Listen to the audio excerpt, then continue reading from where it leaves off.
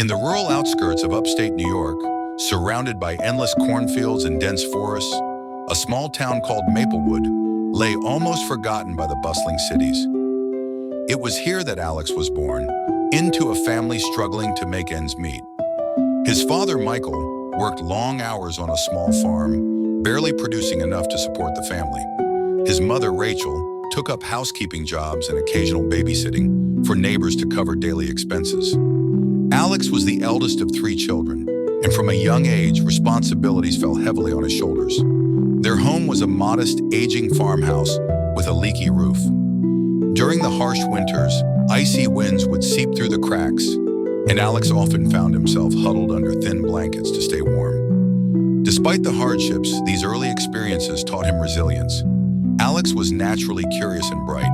He enrolled in the local elementary school, walking miles along unpaved roads through fields to reach class each day. Before school, he helped his father tend to the farm, feeding animals, repairing fences, and clearing snow in the winter. Teachers noticed his potential. "Alex has the mind to achieve great things," said Mr. Thompson, his 5th grade teacher. But the townspeople were skeptical. "Kids from families like his rarely make it anywhere. The odds are against him," they would whisper. These words ignited a question in Alex's mind. Why do people blame fate for everything? Does effort even matter if the world seems stacked against you? The turning point came when Mr. Thompson took a personal interest in Alex. "You know, Alex," he said one day, "life is like a locked door. Effort is the key. Some people complain the door won't open, but they never try the key. Keep trying, and doors will open for you." Alex internalized this lesson deeply.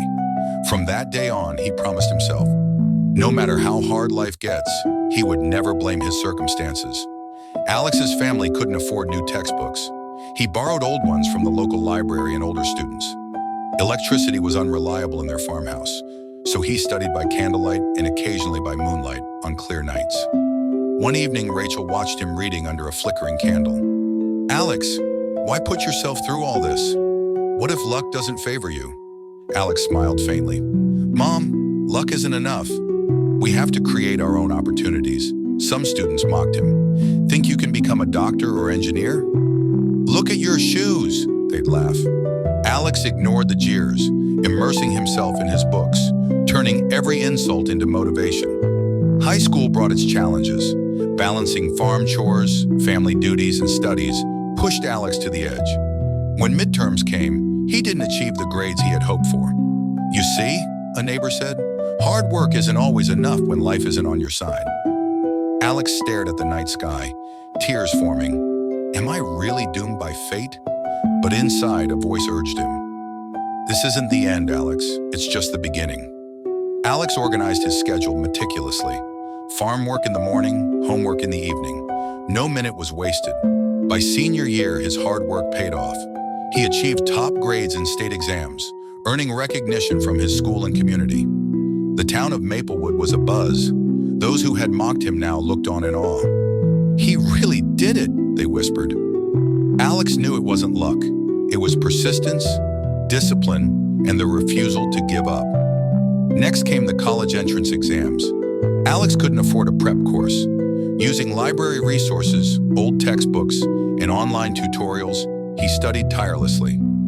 On the morning of the SATs, he wore worn sneakers, yet walked into the exam center with confidence. Weeks later, he received his acceptance letter from one of the top public universities in New York. College opened a whole new world. Modern labs, computers, research projects.